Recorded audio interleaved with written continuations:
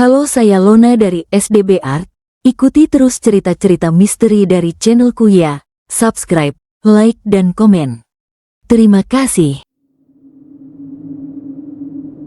Malam mulai turun perlahan di desa Cihambalang, sebuah desa kecil yang tersembunyi di balik perbukitan dan hutan lebat di Jawa Barat. Suara jangkrik bersahut-sahutan dari balik semak, sementara kabut tipis mulai turun menyelimuti sawah dan jalanan tanah yang mulai gelap. Di desa itu, ada satu tempat yang selalu dihindari oleh warga saat malam tiba. Sebuah jembatan gantung tua yang melintasi sungai kecil di bagian barat desa. Konon, jembatan itu dulu dibangun oleh Belanda. Tapi sejak 15 tahun terakhir, tak ada yang berani melewati jembatan itu setelah senja. Bukan karena jembatannya rapuh, melainkan karena ada sosok misterius yang dipercaya menghuni tempat itu. Seorang perempuan berambut panjang yang konon adalah arwah dari gadis bernama Sri Wulandari. Sri adalah gadis desa yang dikenal sangat cantik dan baik hati.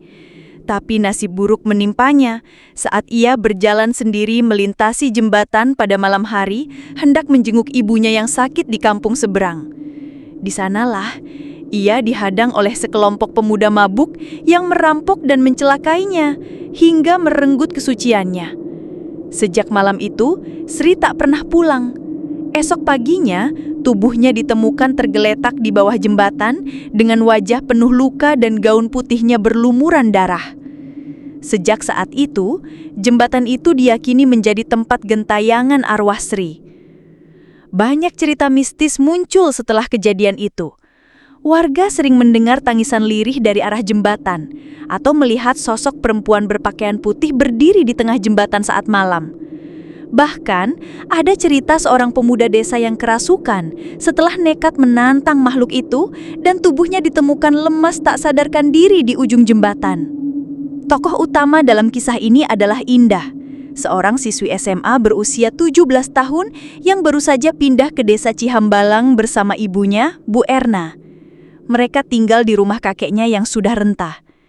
Indah adalah anak kota yang rasional, tidak mudah percaya dengan hal-hal mistis. Saat mendengar larangan warga untuk tidak lewat jembatan setelah maghrib, Indah hanya tersenyum tipis.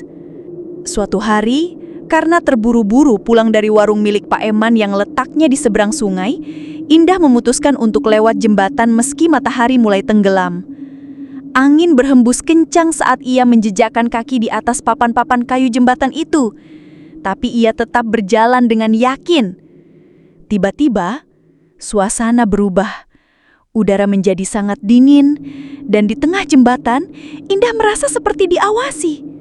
Saat ia menoleh, di ujung jembatan berdiri sosok perempuan berambut panjang menutupi wajah, mengenakan gaun putih yang lusuh dan berlumuran darah. Matanya merah menyala. Indah terpaku, nafasnya tercekat.